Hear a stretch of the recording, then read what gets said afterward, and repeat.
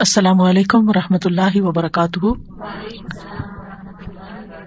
نحمده ونصلی علی رسولہ الکریم، اما بعد فاعوذ باللہ من الشیطان الرجیم، بسم اللہ الرحمن الرحیم، رب اشرح لی صدری ویسر لی امری واحلل عقدۃ من لسانی یفقہوا قولی۔ وَإِذَا سَأَلَكَ عِبَادِي عَنِّي فَإِنِّي قَرِيبٌ أُجِيبُ دَعْوَةَ الدَّاعِ إِذَا دَعَانِ فَلْيَسْتَجِيبُوا لِي وَلْيُؤْمِنُوا بِي لَعَلَّهُمْ يَرْشُدُونَ۔ اور جب میرے بندے آپ سے میرے بارے میں سوال کریں تو کہہ دیجئے بے شک میں قریب ہوں، میں پکارنے والے کی پکار کا جواب دیتا ہوں جب وہ مجھے پکارے۔ تو ان کو چاہیے کہ وہ میرا حکم مانیں اور مجھ پر ایمان رکھیں تاکہ وہ ہدایت پائیں۔ لہٰذا ہم سب کے لیے ضروری ہے کہ ہم دعا کرتے رہیں، اللہ سے مانگتے رہیں۔ دعا کیا ہے؟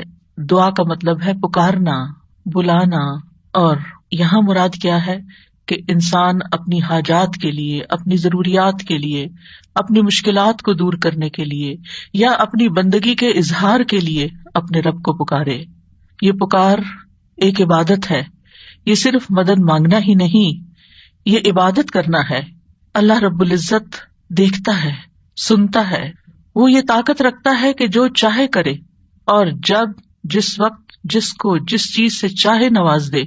اس لیے اگر ہمارا یہ یقین ہے کہ ہمارا رب ایسا ہی ہے تو اس چیز سے ہمارے اندر دعا کا جذبہ اور زیادہ پیدا ہوگا۔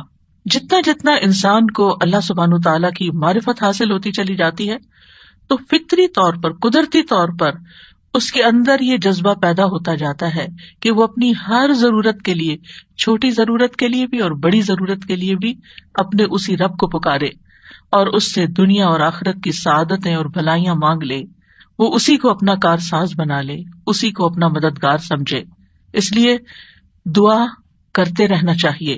دعا کا نہ کوئی خاص وقت مقرر ہے کہ اس وقت کا آپ انتظار کریں تو دعا کر سکتے ہیں، نہیں، آپ ہر وقت دعا کر سکتے ہیں۔ اور نہ ہی اس کے لیے کوئی خاص قسم کا عمل کرنے کی ضرورت ہے کہ وہ عمل کریں گے تو ہی دعا کر سکتے ہیں، نہیں۔ اور نہ ہی اس کے لیے کسی زبان کی پابندی ہے کہ صرف آپ عربی میں ہی دعا کر سکتے ہیں۔ آپ اردو میں، اپنی مدر ٹنگ میں، کسی بھی زبان میں آپ دعا کر سکتے ہیں۔ وہ دعا اللہ تعالیٰ تک پہنچتی ہے، وہ دعا کو سنتا ہے اور اپنی حکمت کے مطابق اس کی قبولیت کا فیصلہ کرتا ہے کہ کیا بندے کو یہی چیز دے دی جائے جو وہ مانگ رہا ہے، یا اس سے بہتر کوئی چیز دی جائے، یا پھر اس سے کوئی بلا ٹالی جائے، یا اس کے لیے آخرت میں ذخیرہ کر لیا جائے، کیونکہ اس کے باقی اعمال اتنے نہیں ہیں کہ جن کی بنا پر یہ وہاں نجات پا سکے گا۔ تو اسے دنیا میں اس کی من پسند چیزیں دینے کی بجائے اس کے لیے آخرت میں اعمال کا ذخیرہ کر دیا جائے تاکہ اس کی آخرت میں نجات ہو سکے۔ لہٰذا ہم سب کو دعا کرتے رہنا چاہیے۔ دعا عظیم عبادت، شرف والی عبادت، وہ عبادت جس کو اللہ تعالیٰ پسند کرتا ہے، وہ عبادت کہ جسے چھوڑ دیا جائے تو اللہ تعالیٰ ناراض ہوتا ہے۔ دعا توحید کی بنیاد ہے، یہ ہمیں اپنے رب سے قریب کر دیتی ہے، اس سے ہماری مشکلات آسان ہوتی ہیں، تکلیفیں دور ہوتی ہیں، ہمیں برکتیں حاصل ہوتی ہیں۔ لہٰذا جو مشکلات سے نکلنا چاہتا ہے وہ دعا کو اپنے لیے لازم کر لے، کیونکہ اللہ تعالیٰ ہی پریشانیوں کو دور کرتا ہے۔ امن یجیب المضطر اذا دعاہ ویکشف السوء، بھلا کون ہے جو لاچار کی فریاد رسی کرتا ہے جب وہ اسے پکارتا ہے اور اس کی تکلیف کو دور کر دیتا ہے۔ تو جو شخص بھی مشکلات سے، پریشانیوں سے نجات چاہتا ہے اس کے لیے ضروری ہے کہ وہ دعا کو لازم کر لے، کیونکہ اللہ تعالیٰ ہی پریشانیاں دور کرتا ہے۔ اللہ تعالیٰ کے علاوہ کوئی نہیں جو پریشانی دور کر سکے۔ وقتی طور پر کوئی آپ کو دلاسا دے دے گا، کوئی آپ کی ہمت افزائی کر دے گا، کوئی آپ کا دکھ بانٹ لے گا، لیکن آپ کی مشکل صرف اور صرف اللہ تعالیٰ ہی حل کر سکتا ہے۔ وَإِن يَمْسَسْكَ اللَّهُ بِضُرٍّ فَلَا كَاشِفَ لَهُ إِلَّا هُوَ وَإِن يَمْسَسْكَ بِخَيْرٍ فَهُوَ عَلَى كُلِّ شَيْءٍ قَدِيرٌ۔ اگر اللہ تجھے کوئی تکلیف پہنچائے تو اس کے سوا اسے کوئی دور کرنے والا نہیں، اور اگر وہ تجھے کوئی بھلائی پہنچائے تو وہ ہر چیز پر پوری طرح قادر ہے۔ ہم دیکھتے ہیں کہ عام طور پر لوگ مشکل وقت میں اللہ تعالیٰ کے سوا سب کو بھول جاتے ہیں. آخر میں انسان صرف اللہ ہی کو یاد کرتا ہے، اور یہ صرف مسلمان کے ساتھ ہی نہیں، نان مسلمس کے ساتھ، شرک کرنے والوں کے ساتھ، الحاد کا رستہ اختیار کرنے والوں کے ساتھ بھی یہی معاملہ ہے. اور اس میں ہم دیکھتے ہیں کہ ایک مرتبہ جب اکرمہ بن ابی جہل نبی صلی اللہ علیہ وسلم سے بھاگ کر کشتی پر سوار ہو گئے، مکہ سے بھاگ گئے اور پھر جزیرۃ العرب چھوڑنا چاہا، اور جس کشتی پر بیٹھے وہ سمندر کے بیچ میں جا کر ڈوبنے لگی. تو کشتی کے مالکوں نے کہا کہ لوگوں اخلاص کے ساتھ دعا کرو. اخلاص کا مطلب یہ ہے کہ بتوں کو بھول جاؤ اور صرف اللہ سے دعا کرو، اس لیے کہ اس کے ڈوبنے کو صرف اللہ ہی بچا سکتا ہے. تو اس وقت جو چونک اٹھے کہ اسی چیز کی دعوت تو ہمیں محمد صلی اللہ علیہ وسلم دے رہے ہیں. اس وقت انہوں نے عہد کیا کہ اگر آج اے رب تو مجھے بچا لے گا تو پہلا کام میں یہ کروں گا کہ میں محمد صلی اللہ علیہ وسلم کے ہاتھ میں اپنا ہاتھ دے دوں گا، میں اسلام قبول کر لوں گا. اور پھر آپ جانتے ہیں کہ اکرمہ بن ابی جہل نے کس اخلاص کے ساتھ اسلام قبول کیا. تو دعا کی قبولیت ہی ان کے اسلام کا ایک ذریعہ بنی. اور دعا کرنے کی 3 صورتیں ہیں. ایک تو یہ کہ اللہ تعالیٰ کی توحید بیان کرنا، جس میں انسان کہتا ہے یا اللہ لا الہ الا اللہ لا الہ الا انت سبحانک انی کنت من الظالمین. یہ دعا کا ایک طریقہ ہے. یہاں آپ صرف اللہ تعالیٰ کی توحید بیان کر رہے ہیں، اپنی کوتاہیوں کا اعتراف کر رہے ہیں. پھر اسی طرح آپ کہتے ہیں ربنا، اے ہمارے رب. یہاں بھی آپ اپنے رب کو رب کہہ کے پکار رہے ہیں، گویا اللہ تعالیٰ کی تعریف کر رہے ہیں. اور پھر دوسرا طریقہ یہ ہے کہ اللہ تعالیٰ سے انسان صرف بخشش کا سوال کرتا رہے اور رحمت کا سوال کرتا رہے، جیسے استغفر اللہ استغفر اللہ استغفر اللہ. کیونکہ اگر آپ کی بخشش ہو گئی تو آپ کے راستے میں جتنی بھی مشکلات ہیں وہ خود بخود حل ہونا شروع ہو جائیں گی. یعنی آپ کو اس وقت کہنے کی ضرورت نہیں ہوگی کہ یار اب مجھے یہ چاہیے مجھے وہ چاہیے. آپ صرف یہ کہتے ہیں کہ اللہ وہ گناہ جو میرے اور تیرے بیچ میں حائل ہو گئے ہیں، جو تیری رحمت تک مجھے پہنچنے نہیں دے رہے، یا رب تو ان کو دور کر دے، تو مجھے معاف کر دے. اور یہ چیز انسان کی مشکلات دور کرنے کا ذریعہ بن جاتی ہے اور اس کی حاجات پوری ہونے کا ذریعہ بن جاتی ہے، جو بھی اس کی زندگی میں کوئی حاجت اور ضرورت ہوتی ہے. اسی طرح کبھی آپ اللہ سے صرف رحمت کا سوال کر رہے ہوتے ہیں، یا حی یا قیوم برحمتک استغیث، صرف رحمت مانگ رہے ہوتے ہیں. کیونکہ اگر اللہ سبحانہ و تعالیٰ کی رحمت آ جائے تو ساری مشکلات ہی آسان ہو جائیں، پھر تو کوئی غم ہی نہ رہے، کوئی پریشانی ہی نہ رہے. اور تیسرا طریقہ ہے کہ انسان اللہ تعالیٰ سے اپنی دنیاوی حاجات مانگے یا آخرت کی ضروریات مانگے، جیسے اے اللہ مجھے مال دے، اے اللہ مجھے اولاد دے، اے اللہ مجھے گھر دے، اے اللہ مجھے گاڑی دے. اور صحابہ اتنی چھوٹی چھوٹی چیزیں بھی مانگتے تھے، جیسے جوتی کا تسمہ اگر ٹوٹ گیا تو بھی اللہ سے مانگتے تھے. چھوٹی سے چھوٹی ضرورت سے لے کے بڑی سے بڑی ضرورت تک براہ راست اللہ تعالیٰ سے مانگی جا سکتی، اور اس میں کوئی عیب کی بات نہیں، کوئی گناہ کی بات نہیں. وہ آپ کا رب ہے، وہ سب سے زیادہ آپ کا خیر خواہ ہے، لہٰذا آپ اس سے نہیں مانگیں گے تو کس سے مانگیں گے؟ اور وہ جو سب کچھ دینے پہ قادر ہے اس سے نہیں مانگیں گے تو کس سے مانگیں گے؟ لہٰذا اس کو پکارتے رہنا چاہیے. تو نمبر 1 طریقہ صرف اللہ کی توحید بیان کرنا، اللہ کی تعریف کرتے رہنا. عرفہ کے دن کی سب سے بہترین دعا کیا ہے؟ لا الہ الا اللہ وحدہ لا شریک لہ لہ الملک و لہ الحمد وہو علی کل شیء قدیر. اس میں کیا مانگا آپ نے؟ کچھ بھی نہیں. آپ نے صرف اللہ کی توحید بیان کی ہے، لا الہ الا اللہ کہا ہے، وحدہ کہا ہے، لا شریک لہ کہا ہے، اپنے آپ کو اللہ کے لیے خالص کیا ہے. یہ دعا ہے. اور پھر دوسرا یہ کہ استغفار اور رحمت کی دعا. اور تیسرا کوئی بھی ضرورت جو ہو کسی بھی زبان میں، کسی بھی چیز کی، روحانی، جذباتی، مادی، دنیا کی، آخرت کی، کوئی بھی چیز وہ مانگتے چلے جائیں. ہم دیکھتے ہیں کہ انبیاء علیہم السلام اپنی حاجات اللہ تعالیٰ کے سامنے رکھتے تھے، مشکل وقت میں اللہ تعالیٰ کی طرف رجوع کیا کرتے تھے. کانوا اذا فزعوا الى الصلاۃ، یہ حدیث ہے مسند احمد کی، کہ انبیاء پر جب بھی کوئی پریشانی آتی تو وہ نماز کی طرف متوجہ ہو جاتے تھے، نماز پڑھنے لگتے تھے. اور کل ہم نے پڑھا تھا کہ دعا کی 2 بڑی قسمیں ہیں، دعائے عبادت اور دعائے مسئلہ. کہ عبادت بھی بذات خود دعا ہے، دعائے حال ہے، یعنی ہم ایسی حالت میں ہیں، ایسی عبادت میں ہیں کہ جو اللہ کی رحمت کو ہماری طرف متوجہ کر رہی ہے. انسان سب سے زیادہ اللہ کے قریب کہاں ہوتا ہے؟ سجدے کی حالت میں، اقرب الیہ. لہٰذا خوب وہاں دعا کرنی چاہیے. تو نماز بذات خود پریئر ہے، اس کو کہتے بھی پریئر ہیں.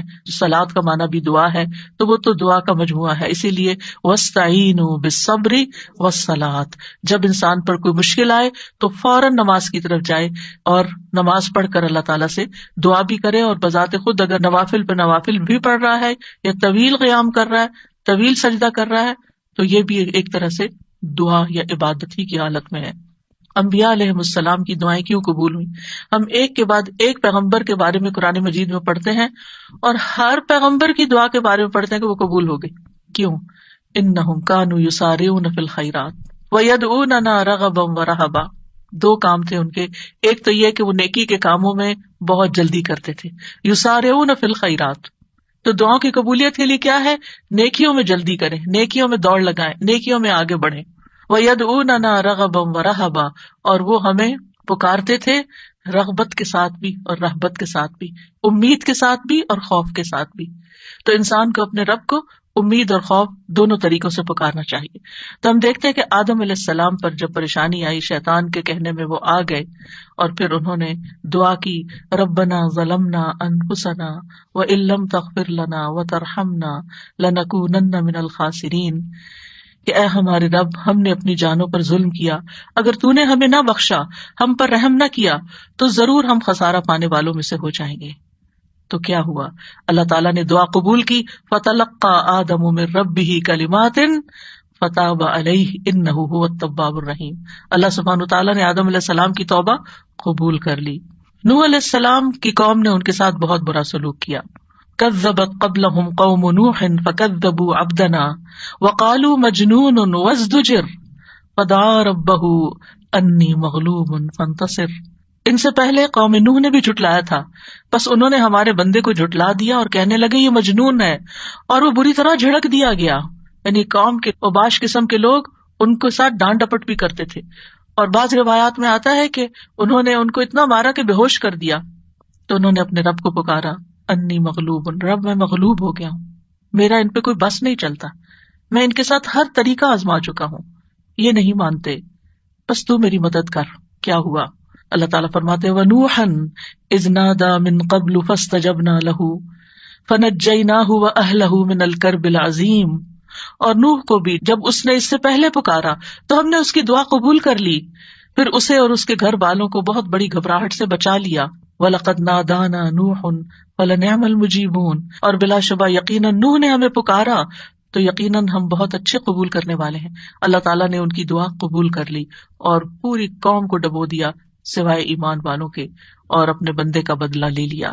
یونس علیہ السلام کی مثال ہمارے سامنے ہے کہ جب اپنی قوم سے ناراض ہو کر, غضبناک ہو کر چلے گئے تھے, چلتے چلتے سمندر تک, سمندر سے کشتی میں, کشتی سے مچھلی کے پیٹ میں, اور مچھلی چلی گئی سمندر کی تہہ میں, اندھیروں پر اندھیرے. فنادا فی الظلمات الا الہ الا انت سبحانک انی کنت من الظالمین. تو اس نے اندھیروں میں پکارا, تیرے سوا کوئی معبود نہیں, تو پاک ہے, یقیناً میں ظلم کرنے والوں میں سے ہوں.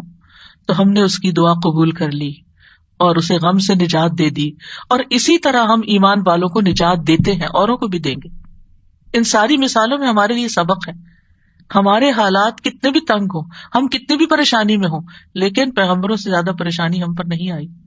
بعض جگہوں پر آتا ہے کہ آدم علیہ السلام 300 سال تک یہ دعا کرتے رہے, روتے رہے کہ مجھ سے غلطی ہوئی ہے. بالآخر رب نے ان کو کلمات سکھائے اور پھر دعا انہوں نے مانگی اور ان کی نجات ہوئی. بعض اوقات آزمائشیں لمبی ہو جاتی ہیں, لیکن ہمیشہ یقین رکھیے کہ رب سنتا ہے, وہ ضرور سنے گا, وہ کبھی بھی مجھے محروم نہیں کرے گا.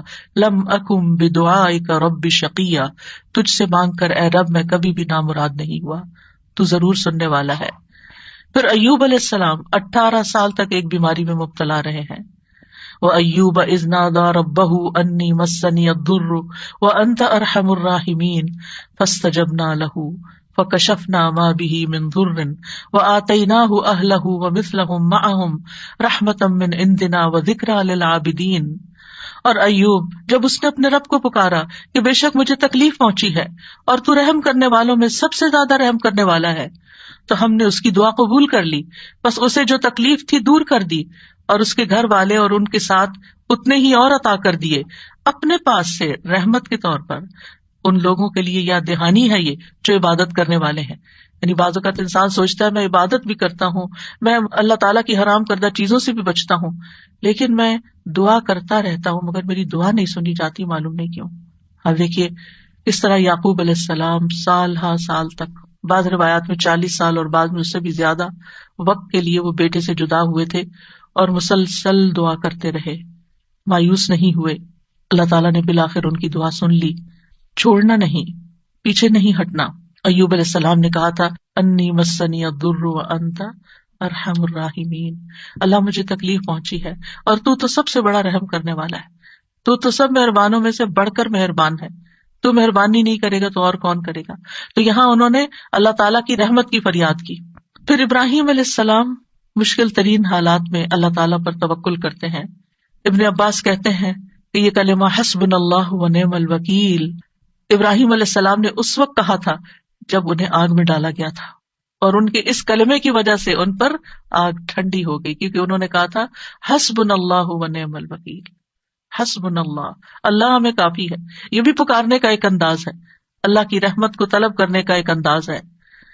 اور ان کے اس کہنے پر اللہ سبحانہ تعالیٰ نے کیا فرمایا, قلنا یا نار کونی بردم وسلاما علی ابراہیم, اے آگ تو ابراہیم پر سراسر ٹھنڈک اور سلامتی والی بن جا. ابراہیم علیہ السلام نے نیک اولاد کی دعا کی, رب ہب لی من الصالحین فبشرناہ بغلام حلیم, اے میرے رب مجھے لڑکا عطا کر جو نیکوں میں سے ہو, تو ہم نے اسے ایک بردبار لڑکے کی خوشخبری دی. بغلام حلیم, ایسا نہیں ہوا کہ ابراہیم علیہ السلام نے ادھر دعا کی اور ادھر ان کو اسحاق اور اسماعیل علیہ السلام مل گئے. انتہائی بڑھاپے کی حالت میں جا کر بہت سالوں کے بعد دعا قبول ہوئی, لیکن قبول ہوئی. ہمارے لیے اس میں سبق یہ ہے کہ مانگتے رہیں چاہے سال ہا سال گزر جائیں. اور پھر وہ کہتے ہیں الحمدللہ الذی وہب لی علی الکبر اسماعیل و اسحاق ان ربی لسمیع الدعاء, سب تعریف اس اللہ کی ہے جس نے مجھے بڑھاپے کے باوجود اسماعیل اور اسحاق عطا کیے, بے شک میرا رب تو بہت دعا سننے والا ہے. اللہ سبحانہ تعالیٰ نے انہیں ہدایت یافتہ اولاد عطا کی تھی, یہ ان کے صبر کا نتیجہ تھا. ان کی زندگی تو مشکل میں گزری, لیکن اس کا بدلہ اللہ نے ان کو کیا دیا کہ ایسی اولاد دی جو ہمیشہ کے لیے ان کے لیے ناموری کا سبب بنی. وَوَهَبْنَا لَهُ إِسْحَاقَ وَيَعْقُوبَ, صرف بیٹا نہیں, بیٹے کے بعد پوتے کی بھی خوشخبری دی. کلن ہدینا, ہر ایک کو ہم نے ہدایت دی. ونوحا ہدینا من قبل, نوح علیہ السلام کو اس سے پہلے ہم نے گائیڈ کیا. ومن ذریتہ داؤد وسلیمان وایوب ویوسف وموسیٰ وہارون وکذلک نجزی المحسنین, اور اس کی اولاد میں سے داؤد اور سلیمان اور ایوب اور یوسف اور موسیٰ اور ہارون, اور اسی طرح ہم نیکی کرنے والوں کو جزا دیتے ہیں. یعقوب علیہ السلام کا حال آپ کے سامنے ہے. انہوں نے اپنے غم اور دکھ کی فریاد لوگوں کے سامنے نہیں کی, لوگوں کو جا کر اپنے دل کا حال نہیں بتایا. کیا کہا, انما اشکو بثی وحزنی الی اللہ واعلم من اللہ ما لا تعلمون. یعقوب علیہ السلام نے کہا بے شک میں اپنی بے قراری اور غم کی شکایت صرف اللہ سے کرتا ہوں, اللہ ہی میرے دل کا حال جانتا ہے کہ یہاں کیسی کیسی بے قراری ہے بچے کی جدائی میں, اور میں اللہ کی طرف سے وہ باتیں جانتا ہوں جو تم نہیں جانتے. بہت کچھ جاننے کے باوجود انہیں یہ نہیں پتا تھا کہ بیٹا مصر میں ہے, اللہ نے نہیں بتایا. وہ کہہ سکتے تھے نا اللہ تعالیٰ مجھے بتا دیں وہ کہاں ہے, آپ تو جانتے ہیں, آپ مجھے بھی بتا دیں. لیکن اللہ سبحانہ تعالیٰ نے اس کا بھی ایک وقت رکھا تھا. اگر پیغمبروں کے لیے قبولیت کا ایک وقت ہے تو ہمارے لیے بھی دعاؤں کی قبولیت کا ایک وقت ہوتا ہے. قبولیت کا مطلب یہ نہیں ہوتا کہ بس منہ سے نکلتے ہی بات آپ کی فرمائش پوری ہو جائے. اور پھر آپ دیکھیے کہ کس طرح اللہ تعالیٰ نے ان کی دعا قبول کر لی. اور پھر ہم دیکھتے ہیں کہ یوسف علیہ السلام کی مثال, انہوں نے تو اپنے لیے ایک انوکھی ہی دعا مانگی. قال رب السجن احب الی, قید خانے میں جانے کی دعا کی تاکہ ان عورتوں کا قید اور مکر جو ہے وہ ان سے دور ہو جائے. فاستجاب له ربه فصرف عنه کیدہن, رب نے اس کی دعا قبول کر لی اور ان عورتوں کا مکر فریب حضرت یوسف سے ہٹا دیا. انہ هو السمیع العلیم, بے شک وہ خوب سننے والا خوب جاننے والا ہے.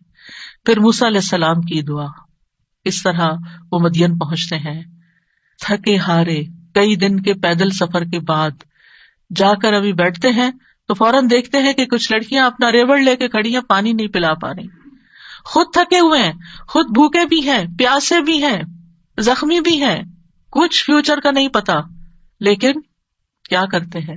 سب سے پہلے اپنے رب کو پکارتے ہیں، ربی انی لما انزلت الی من خیر فقیر، اور صرف دعا مانگ کے وہیں درخت کے نیچے بیٹھ نہیں جاتے، بلکہ اٹھ کے ان بچیوں کے پاس جاتے ہیں کہ یہ تمہارا کیا معاملہ ہے، اور ان کے سارے ریوڑ کو پانی پلاتے ہیں۔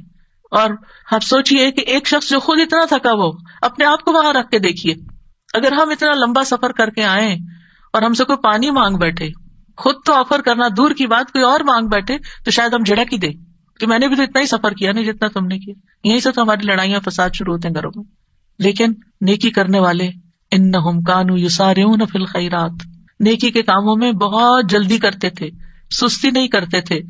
ضرورت مند کو دیکھا، پہچان لیا، اٹھے، نیکی کی، اور ابھی واپس آ کے بیٹھے ہی تھے کہ اللہ سبحانہ تعالیٰ کی طرف سے ہر چیز کی بشارت آ گئی، اور وہ بچی واپس آئی اور پھر گھر لے کر گئی، کھانے پینے کا بھی انتظام ہو گیا، شادی کا بھی انتظام ہو گیا، ٹھکانے کا بھی انتظام ہو گیا، اور اچھی صالح نیک کمپنی کا بھی۔ جب آپ کسی اجنبی ملک میں جاتے ہیں تو آپ کو نہیں پتا ہوتا کہ آپ کو کیسے دوست ملیں گے، آپ کے نیبرز کون سے ہوں گے، آپ کا تعلق کن لوگوں سے ہوگا، لیکن یہ اللہ کی کتنی بڑی رحمت تھی کہ اللہ تعالیٰ نے انہیں ایک نیک صالح انسان کے ساتھ جوڑ دیا کہ اس کی بیٹی کی شادی حضرت موسیٰ علیہ السلام سے ہو گئی اور ان کے درمیان ایک رشتہ قائم ہو گیا۔ یہ بھی سراسر اللہ کی رحمت تھی۔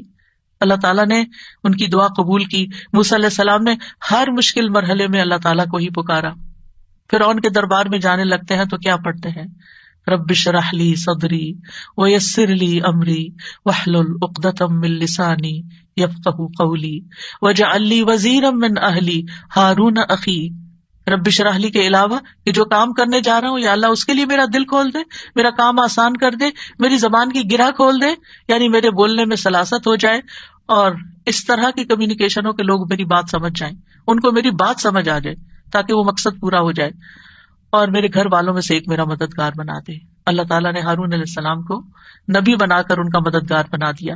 زکریا علیہ السلام کی مثال، مایوس نہیں ہے، سال ہر سال تک اولاد کی دعا کرتے، انتہائی بڑھاپے میں بھی۔ وَزَكَرِيَّا إِذْ نَادَىٰ رَبَّهُ رَبِّ لَا تَذَرْنِي فَرْدًا وَأَنتَ خَيْرُ الْوَارِثِينَ، اور زکریا کو جب اس نے اپنے رب کو پکارا، اے میرے رب مجھے اکیلا نہ چھوڑ، اور تو سب وارثوں سے بہتر ہے، تو ہم نے اس کی دعا قبول کر لی۔ فَاسْتَجَبْنَا لَهُ وَوَهَبْنَا لَهُ يَحْيَىٰ، اور ہم نے اس کو یحییٰ عطا کیا، وَأَصْلَحْنَا لَهُ زَوْجَهُ، اور اس کی بیوی کو اس کے لیے درست کر دیا۔ یعنی بعض اوقات ہم سوچتے ہیں کہ انفرٹیلٹی کا پرابلم ہے، بچہ ہو ہی نہیں سکتا، اللہ تعالیٰ سب کچھ کر سکتا ہے، اللہ تعالیٰ وہ بھی ٹھیک کر سکتا ہے، کیونکہ ان اللہ علی کل شیء قدیر، اللہ تعالیٰ ہر چیز پر قدرت رکھتا ہے۔ اس لیے مایوسی کس بات کی؟ اللہ کے بندے کبھی بھی مایوس نہیں ہوتے، ہاں مانگنے سے کبھی نہیں تھکتے، مانگتے رہتے ہیں کہ اللہ تعالیٰ سبب کے ساتھ بھی دیتا ہے اور بغیر سبب کے بھی دیتا ہے، اس کے لیے کیا مشکل ہے۔ پھر نبی صلی اللہ علیہ وسلم کس طرح دعا کرتے ہیں؟ استستغیثون ربکم فاستجاب لکم انی ممدکم بألف من الملائکۃ مردفین، جب تم اپنے رب سے مدد مانگ رہے تھے تو اس نے تمہاری دعا قبول کر لی کہ بے شک میں 1000 فرشتوں کے ساتھ تمہاری مدد کرنے والا ہوں جو ایک دوسرے کے پیچھے آنے والے ہیں۔ کس طرح نبی صلی اللہ علیہ وسلم بدر کے میدان میں فریادیں کر رہے تھے، اپنے رب کو پکار رہے تھے، دیر اینڈ دن خوشخبری آ گئی کہ فرشتوں سے مدد کی جائے گی۔ انبیاء علیہ السلام کے علاوہ ہم دیکھتے ہیں کہ دیگر افراد بھی جنہوں نے اللہ تعالیٰ سے دعا کی، اللہ سبحانہ تعالیٰ نے ان کی دعا سن لی۔ سورۃ المؤمن میں جو مرد مومن ہے، جو فرعون کے دربار میں سے ہی ایک شخص اٹھتا ہے اور پھر وہ لوگوں کو نصیحت کرتا ہے اور کیا کہتا ہے، فَسَتَذْكُرُونَ مَا أَقُولُ لَكُمْ وَأُفَوِّضُ أَمْرِي إِلَى اللَّهِ إِنَّ اللَّهَ بَصِيرٌ بِالْعِبَادِ۔ فرعون کے دربار میں ایک شخص کا اٹھ کر لوگوں کو سمجھانا، فرعون کو سمجھانا، خوب خوب نصیحتیں کرنا، کھلم کھلا موسیٰ علیہ السلام پر ایمان لانا، یہ بہت بڑی بغاوت تھی اور بہت بڑا نقصان ہو سکتا تھا، لیکن اس مرد مومن نے کیا کہا، افوض امری الی اللہ، میں اپنا معاملہ اللہ کے سپرد کرتا ہوں۔ کیا ہوا پھر، فوقاہ اللہ سیئات ما مکروا وحاق بآل فرعون سوء العذاب، اللہ نے اسے ان کی بری چالوں سے بچا لیا، جو انہوں نے تدبیریں کی تھی ان سے نجات دی، اور آل فرعون کو برے عذاب نے گھیر لیا۔ اللہ نے اپنے بندے کو بچا لیا اور پوری قوم کو ڈبو دیا۔ پھر اسی طرح کچھ واقعات احادیث میں آتے ہیں، جیسے غار والوں کا قصہ ہے، کس طرح اللہ سبحانہ تعالیٰ نے ان کی دعائیں سنی اور صرف دعاؤں کے نتیجے میں غار کے دروازے سے پتھر ہٹ گیا اور وہ باہر نکل آئے۔ پھر اسی طرح ایک اور بچے کا واقعہ ملتا ہے جسے بادشاہ نے جادوگر کے پاس جادو سیکھنے کے لیے بھیجا، تو اس نے جادو سیکھنے کی بجائے الٹا اللہ تعالیٰ کی پہچان کا علم کسی سے حاصل کر لیا راستے میں. جب بادشاہ کو پتا چلا تو وہ بہت ناراض ہوا اور غصے میں آ کر اس نے کہا کہ اس بچے کو فلاں پہاڑ پہ لے جاؤ اور اسے پہاڑ کی چوٹی سے گرا دو تاکہ یہ ہلاک ہو جائے, اور اگر یہ اپنے دین سے پھر جائے تو اسے چھوڑ دینا, انکار کرے تو نیچے پھینک دینا. بادشاہ کے جو ساتھی تھے وہ لڑکے کو پہاڑ کی چوٹی پر لے گئے. اس لڑکے نے ایک دعا مانگی, اللہم اکفنیہم بما شئت, اللہم اکفنیہم بما شئت, اے اللہ جس طرح تو چاہے تو مجھے ان کے مقابلے میں کافی ہو جا, ان کے مقابلے میں تو میرا ساتھ دے. تو کہتے ہیں پہاڑ پر ایسا زلزلہ آیا کہ جس سے اس کے سارے ساتھی جو لے کے گئے تھے وہ سارے گر گئے, وہ سب الٹے گرے اور وہ لڑکا چلتا ہوا بادشاہ کی طرف دوبارہ آ گیا. بادشاہ نے اس لڑکے سے پوچھا تیرے ساتھیوں کا کیا ہوا؟ لڑکے نے کہا اللہ مجھے ان سے کافی ہو گیا. بادشاہ نے پھر اس لڑکے کو اپنے ساتھیوں کے اور لوگوں کے حوالے کر کے کہا کہ اسے ایک چھوٹی سی کشتی میں بٹھاؤ اور سمندر کے بیچ میں جا کے کشتی الٹ دو, اس کو وہاں پھینک دو, اگر یہ اپنے دین سے پھر جائے تو چھوڑ دینا, انکار کرے پھینک کے آ جانا. بادشاہ کے ساتھی اس لڑکے کو لے کر گئے تو لڑکے نے پھر یہی دعا کی, اللہم اکفنیہم بما شئت, اے اللہ تو جس طرح چاہے مجھے ان سے کافی ہو جا. پھر وہ کشتی بادشاہ کے ساتھیوں سمیت الٹ گئی, سب غرق ہو گئے اور وہ لڑکا چلتا ہوا واپس بادشاہ کے پاس آ گیا. بادشاہ نے اس لڑکے سے کہا تیرے ساتھیوں کا کیا ہوا؟ کہنے لگا اللہ مجھے ان کے مقابلے کے لیے کافی ہو گیا. اور واقعی اللہ ہی کافی ہوتا ہے دشمن سے نمٹنے کے لیے. انسان کے اپنے پاس زور نہیں ہوتا, طاقت نہیں ہوتی, ہم کمزور ہوتے ہیں, لیکن اگر اللہ کی مدد آ جائے تو انسان ہر طرح کی مشکلات پہ قابو پا سکتا ہے. آسیہ علیہ السلام کی مثال ہمارے سامنے ہے کہ کس طرح انہوں نے فرعونیوں سے نجات کے لیے دعا مانگی اور کہا رب ابن لی عندک بیتا فی الجنہ ونجنی من فرعون وعملہ ونجنی من القوم الظالمین. اے میرے رب میرے لیے اپنے پاس جنت میں ایک گھر بنا دے اور مجھے فرعون سے اور اس کے عمل سے نجات دے اور مجھے ظالم قوم سے نجات دے. تو کیا ہوا؟ اللہ تعالیٰ نے ان کی دعا قبول کر لی. ابو ہریرہ کہتے ہیں کہ فرعون نے اپنی بیوی کے دونوں ہاتھوں اور دونوں پاؤں کے لیے 4 میخیں گاڑی, یعنی جیسے وصولی دیتے ہیں نا, تو ہر ہاتھ میں میخ گاڑی اور پاؤں میں بھی. جب وہ فرعونی ان سے جدا ہوتے تو فرشتے ان پہ سایہ کر لیتے. اس وقت انہوں نے یہ دعا کی, بس اللہ تعالیٰ نے جنت میں ان کے گھر سے پردہ ہٹا کر ان کو گھر دکھا دیا, یہ گھر بن چکا ہے تمہارا. اس صبر کی بدولت جو انہوں نے اس تکلیف پر کیا اور اپنے ایمان کو بچایا. سارہ علیہ السلام نے کس طرح اس ظالم بادشاہ کے مقابلے میں مدد طلب کی.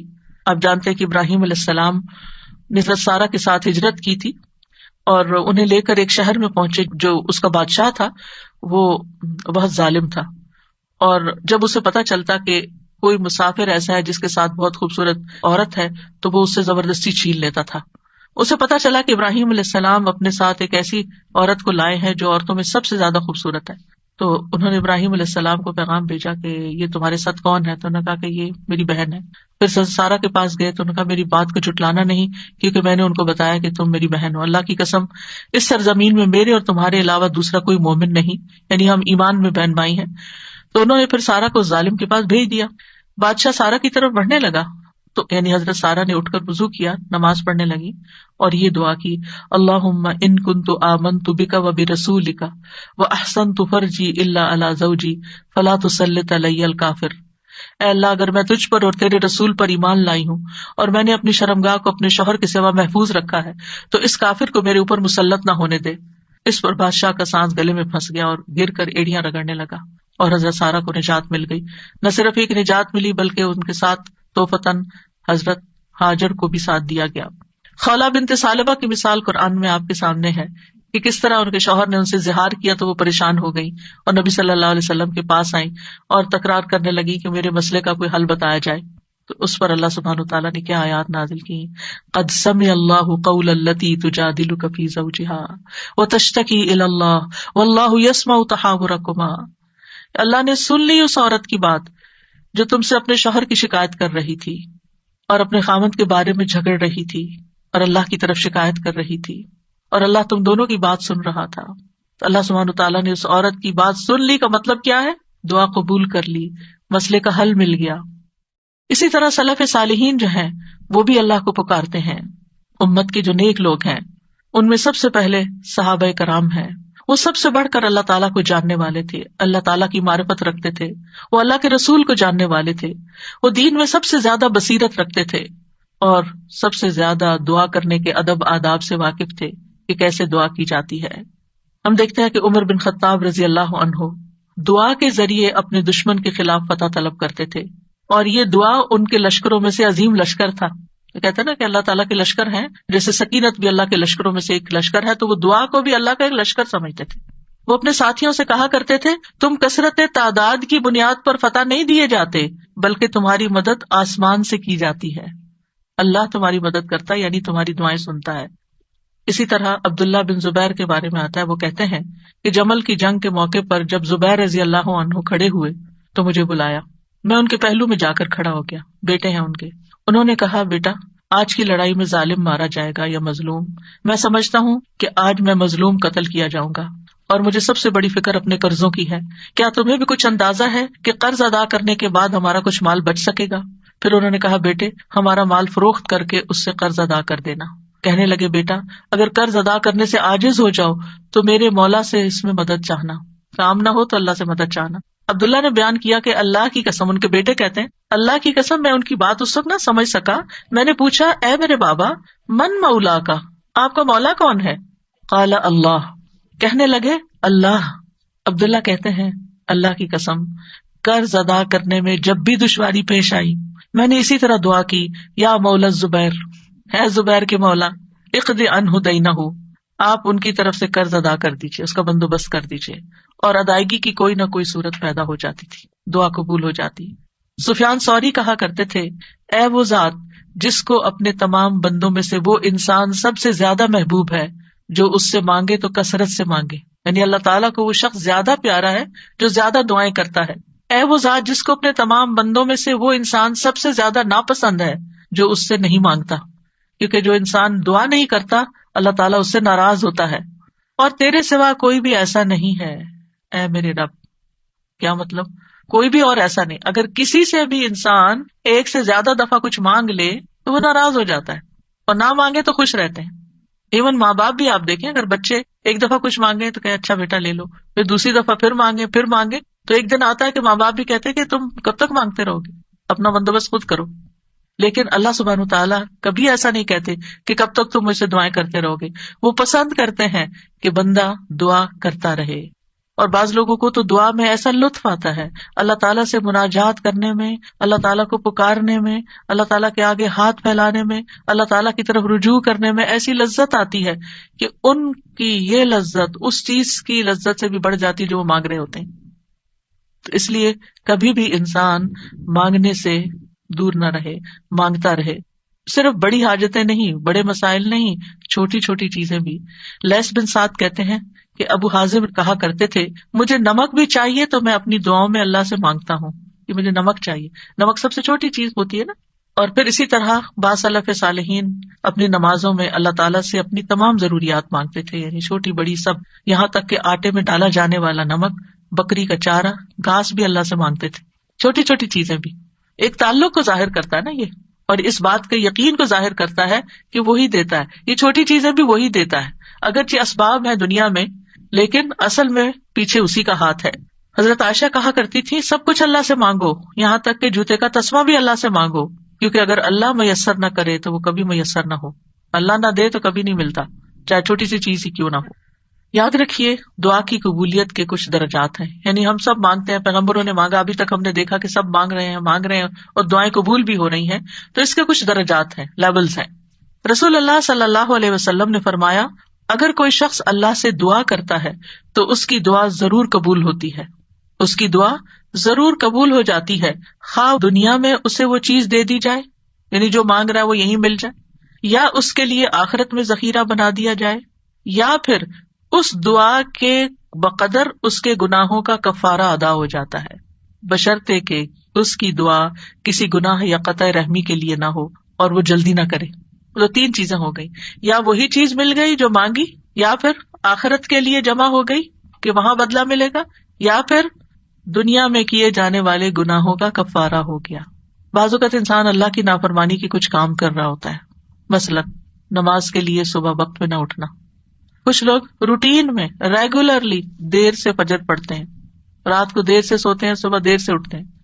اگر ان کو سمجھایا جائے تو وہ کہتے ہیں ہم پڑھ تو لیتے ہیں نا، جب اٹھتے ہیں پڑھ لیتے ہیں. بھائی کبھی کبھار تو ایسا ہو جائے، لیکن روز کا یہ اگر کام ہو جائے تو یہ کوئی معمولی چیز ہے؟ یہ اللہ کی نافرمانی ہے. اور ایسی اور بھی چیزیں ہو سکتی ہیں زندگی میں جو ہم اللہ کے حکم کی نافرمانی کر رہے ہوتے ہیں. اب یاد ہوگا کہ جب میں نے رمضان کا لیکچر دیا تو اس میں سب سے پہلے یا ایھا الذین آمنوا پہ بات ہوئی تھی. یا ایھا الذین آمنوا، اے لوگو جو ایمان لائے، تم پہ روزے فرض کر دیے، یعنی روزے رکھو. اور کتنے ہی اللہ تعالیٰ کے احکامات ایسے ہیں جو اللہ تعالیٰ مومنوں سے ان کو فلفل کرنے کے لیے کہتا ہے، لیکن کیا ہم وہ سارے فلفل کر رہے ہیں؟ اگر ہماری کوئی بات نہ مانے تو ہم کتنے ناراض ہوتے ہیں. کوئی بچہ ہماری بات نہ سنے، مثلا شور کر رہا ہے، ہم کہتے چپ ہو جاؤ، نہیں چپ ہوتا. پھر آپ کہتے دیکھو چپ ہو جاؤ، شور نہیں کرو، دیکھو بھائی کو نہیں مارو. ایک دفعہ، دو دفعہ، تین دفعہ، پھر اٹھ کے کیا کرتے ہیں؟ پھر لگانی پڑتی ہے نا. کیوں لگانی پڑتی ہے؟ تاکہ فساد ختم ہو، لڑائی ختم ہو. ویسے نہیں وہ مان رہا. ہمارا بھی یہی حال ہے. اللہ تعالیٰ ہمیں ڈھیل دیے رکھتے ہیں، یہ غلط کام نہیں کرو نہیں کرو نہیں کرو، مختلف چانسز ملتے رہتے ہیں، نہیں چھوڑتے. پھر اللہ تعالیٰ کسی مشکل میں ڈال دیتے ہیں، اب بندے بنو گے تم، اب آؤ گے میری طرف. پھر بندہ اللہ کی طرف رجوع کرتا ہے، پھر توبہ کرتا ہے، پھر معافیاں مانگتا ہے، پھر دعائیں کرتا ہے، پھر اللہ سبحانہ وتعالیٰ اس کی دعا سن لیتا ہے اور اس کے پچھلے گناہ معاف ہو چکے ہوتے ہیں. جب تک دعائیں کرتا رہتا ہے، وہ عبادت کی حالت میں ہوتا ہے نا، تو اس عبادت سے ان الحسنات یذہبن السیئات، گناہ جب معاف ہو جاتے ہیں، بندہ نکھر کے ٹھیک ہو جاتا ہے، پھر اس کی دنیا کی مشکل آسان ہو جاتی ہے اور آخرت میں بھی اس کی صفائی ہو چکی ہوتی ہے، گناہ کم ہو چکے ہوتے ہیں. ہمیں سمجھ نہیں آ رہی ہوتی کہ یہ ہمارے ساتھ کیا ہو رہا ہے، ہماری دعا کیوں نہیں قبول ہو رہی، لیکن وہ قبول ہو رہی ہوتی ہے. وہ کہیں اور کام کر رہی ہے، وہ کسی اور طریقے سے قبول ہو رہی ہے، وہ گناہوں کی معافی کا ذریعہ بن رہی ہے. اسی لیے دعا کا ایک طریقہ کیا ہے؟ صرف استغفار کرنا. جیسے نوح علیہ السلام نے کہا تھا فَقُلْتُ اسْتَغْفِرُوا رَبَّكُمْ إِنَّهُ كَانَ غَفَّارًا يُرْسِلِ السَّمَاءَ عَلَيْكُمْ مِدْرَارًا. قحط سالی ہو گئی، بارشیں رک گئی، استغفار کرو، بارشیں برسنے لگیں گی. تمہارے گناہوں کی وجہ سے رکی تھی، توبہ کر لو، پھر حالات اچھے ہو جائیں گے. سارے مل کے توبہ کرو، پوری قوم توبہ کرے. اسی لیے وہ صلاۃ الاستسقاء پڑھی جاتی ہے، سب مل کے دعا کرتے ہیں اللہ تعالیٰ سے. تو نبی صلی اللہ علیہ وسلم نے فرمایا بشرطے کہ اس کی دعا کسی گناہ یا قطع رحمی کے لیے نہ ہو اور وہ جلدی نہ کرے. صحابہ نے عرض کیا یا رسول اللہ جلدی سے کیا مراد ہے؟ آپ نے فرمایا یہ کہے کہ میں نے اللہ سے دعا کی لیکن اس نے قبول نہیں کی. یہ نہ کہے کبھی. بعض اوقات کوئی شخص اپنا مسئلہ بتاتا ہے نا اور اس کو حل یہ بتایا جاتا ہے دعا کرو، تو کہتے ہیں دعا تو بہت کی ہے، پھر اور کیا کرنا ہے؟ پھر بھی دعا ہی کرنی ہے، ابھی اور بھی کرنی ہے، ابھی کاؤنٹ پورا نہیں ہوا، ابھی ٹائم پورا نہیں ہوا. جب تک وہ ٹائم نہیں آتا تمہیں مانگتے چلے جانا ہے، مانگتے رہو، اسی میں فائدہ ہے. تمہیں نہیں پتا تمہارے لیے کتنا بڑا اجر اکٹھا ہو رہا ہے.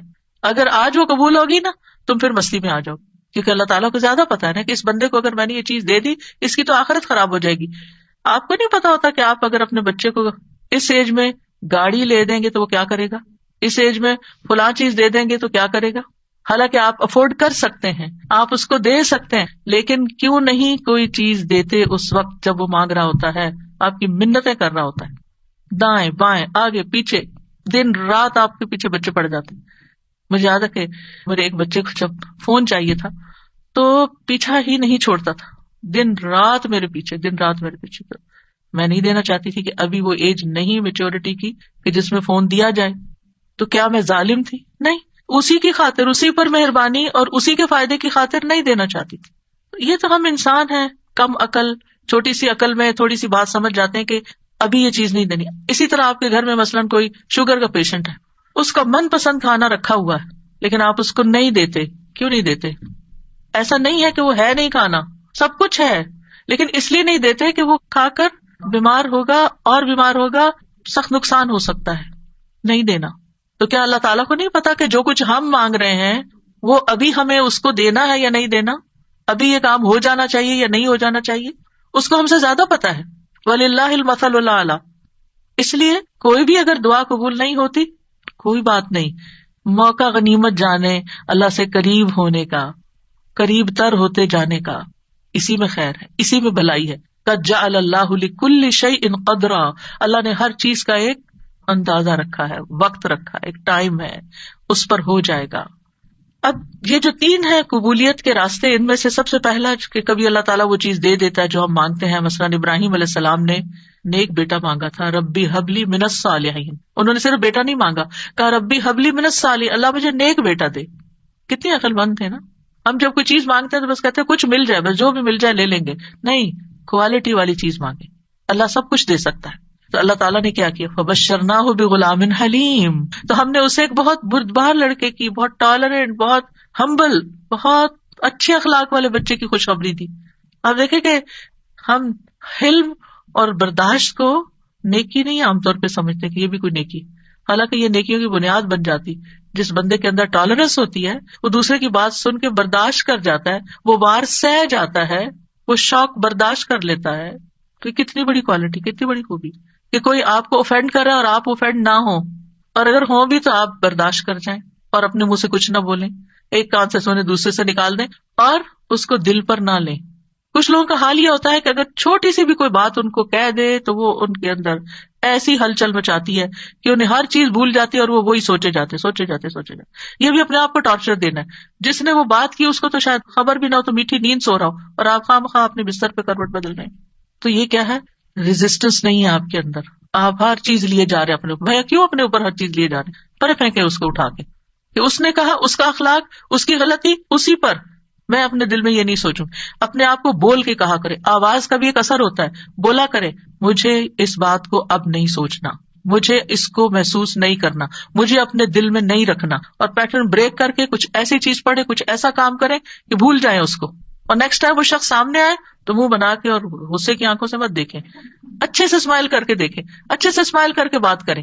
آپ دیکھیں گے کہ وہ جو غصہ آیا بھی تھا نا وہ کہیں چلا جائے گا، لیکن ہم غصے کو پرورش دیتے ہیں، اس کی پرورش کرتے ہیں. کہا تھا نا اس نے، اب میں نے اس کے ساتھ یہ کرا، اندر ہی کھچڑی پکاتے رہتے ہیں، اور جب وہ شخص سامنے آتا ہے تو کوئی نہ کوئی سخت لفظ بول جاتے ہیں کیونکہ ہم بدلہ لینا چاہ رہے ہوتے. اب کیا ہے، آپ نے تو ایک لفظ بولا، ہو سکتا ہے وہ 10 اور بول دے.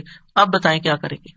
مسئلہ تو حل نہیں ہوا، مسئلہ تو وہیں کھڑا رہا، پریشانی تو وہیں رہی، تو کیا فائدہ ہوا؟ تو اس لیے یہ حلم کی کوالٹی جو ہے، یہ برداشت کی کوالٹی جو ہے، بہت بڑی خوبی ہے. اور آپ دیکھیے کہ اگر آپ کے بچے کے اندر یہ ہے نا تو آپ بڑی خوش قسمت پیرنٹ ہیں کہ آپ اس کو ڈانٹ رہے ہیں، آپ اس کو سنا رہے ہیں اور وہ آگے سے آپ کو جواب نہیں دیتا. کتنے خوش قسمت ہیں آپ کہ آپ کا بچہ آپ کی ڈانٹ سن لیتا ہے، آپ کا بچہ آپ کا غصہ برداشت کر جاتا ہے اور پھر بھی آپ کے ساتھ اچھا سلوک کرتا ہے.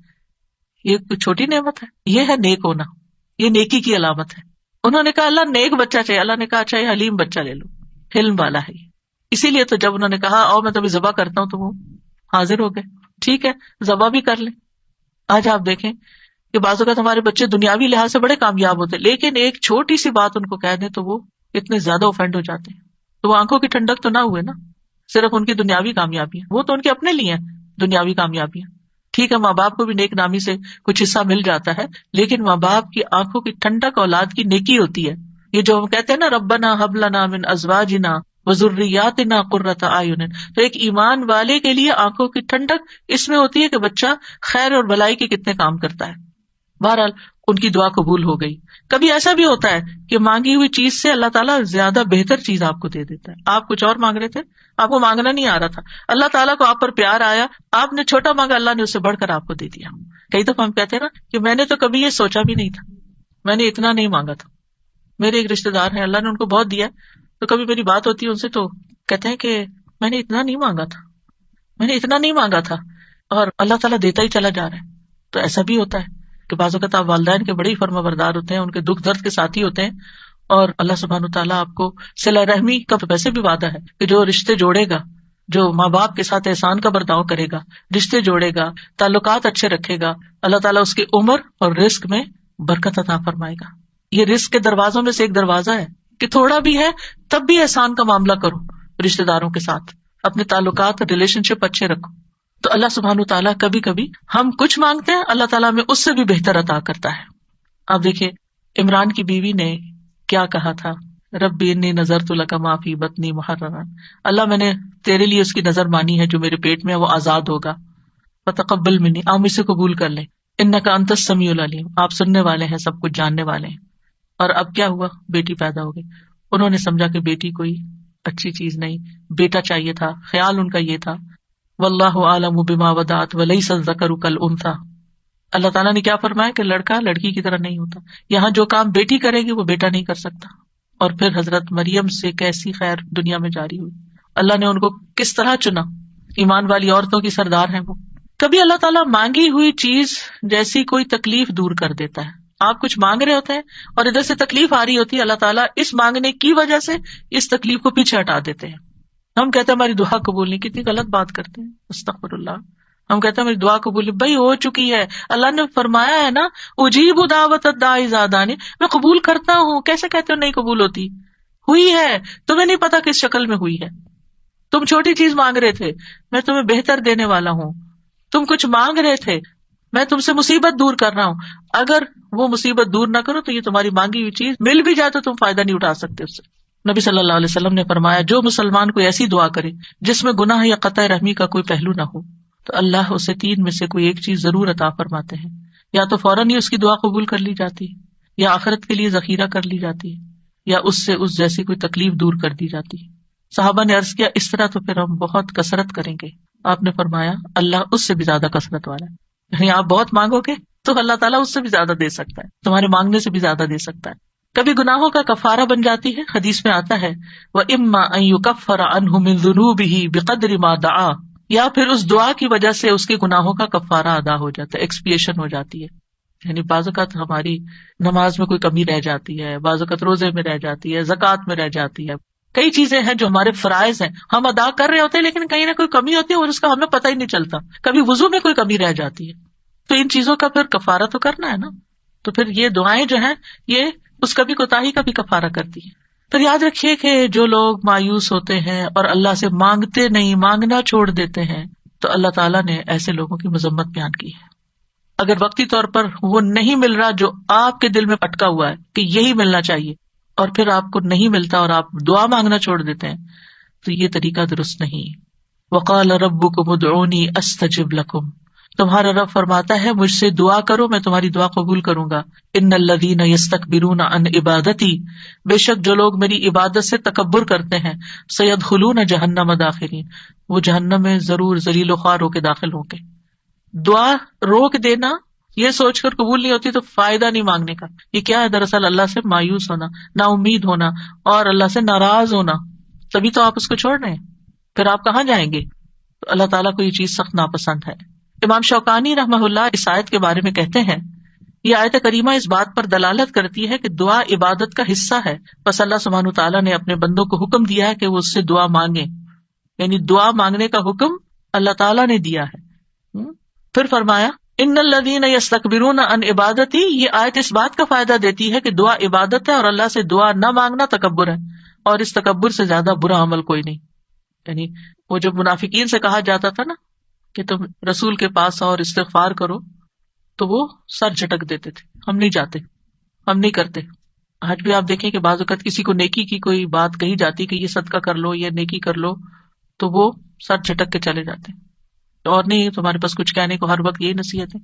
تو انسان کی اس میں سب سے زیادہ محرومی ہے کہ انسان دعا چھوڑ دے، اس ہستی سے مانگنا چھوڑ دے جو اس کا خالق ہے، اس کا مالک ہے، اس کا رازق ہے، اس کو زندگی دینے والا ہے، اس کی موت بھی اس کے ہاتھ میں ہے، ثواب اور سزا دینے والا ہے.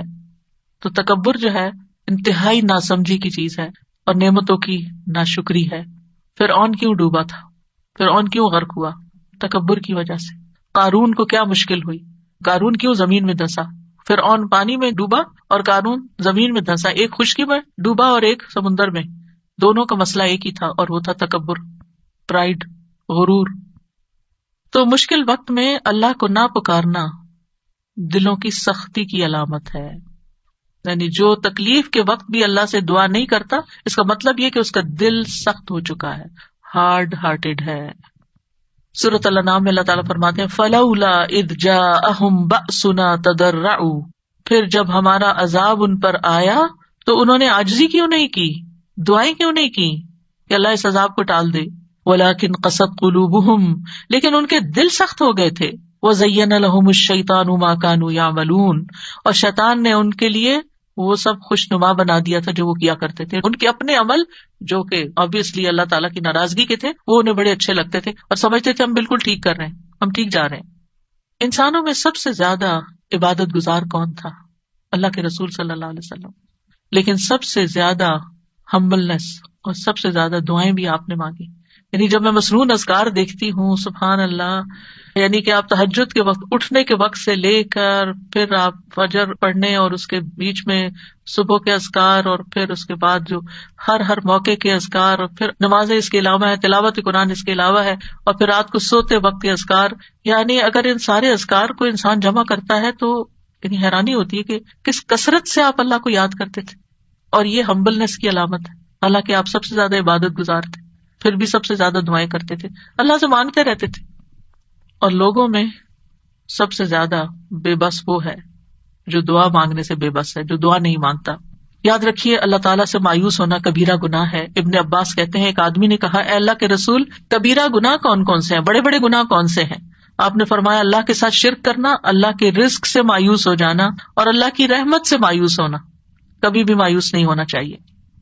پھر ایک اور بات اس سلسلے میں یہ یاد رکھی جائے کہ جہاں ہمیں اللہ سے مانگنا چاہیے وہاں ہمیں غیر اللہ سے نہیں مانگنا چاہیے، کیونکہ اللہ کے سوا سب سہارے کمزور ہیں.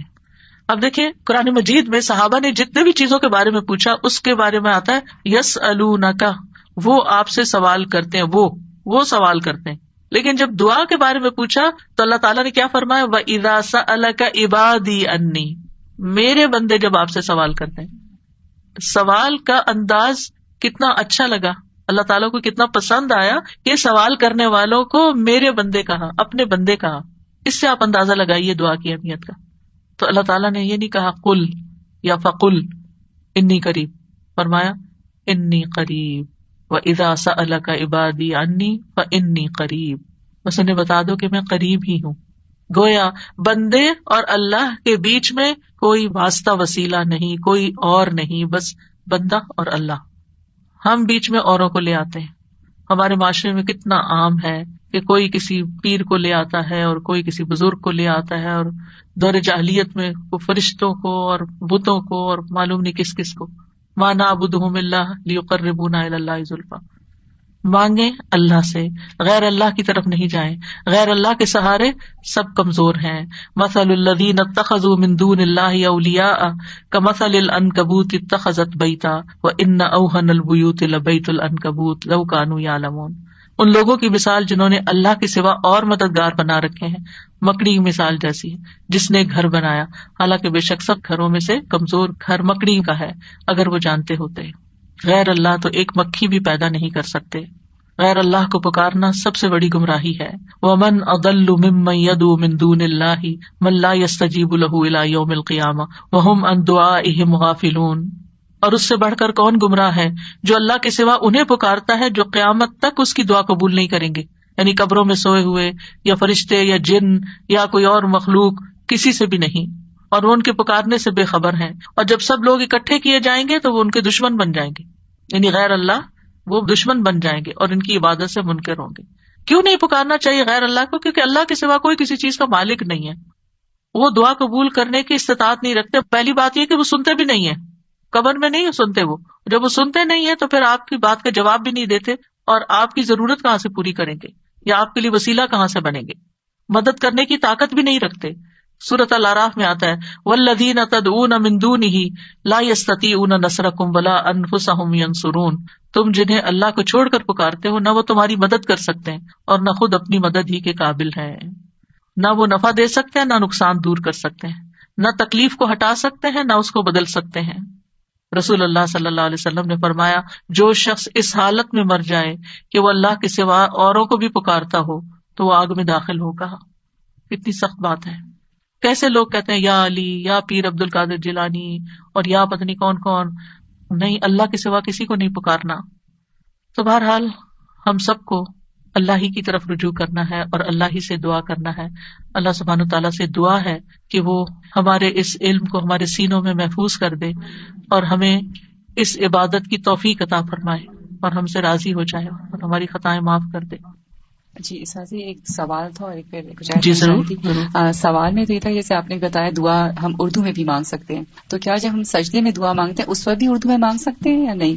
نہیں، سجدے میں، نماز کے سجدے میں نہیں، ویسے الگ سے سجدے میں پڑھ کے دعا کرنی تو وہ کر سکتے ہیں. اچھا اوکے، جزاکم اللہ خیرا. سبحانک اللہم و بحمدک اشہد ان لا الہ الا انت استغفرک و اتوب الیک. السلام علیکم و رحمۃ اللہ وبرکاتہ.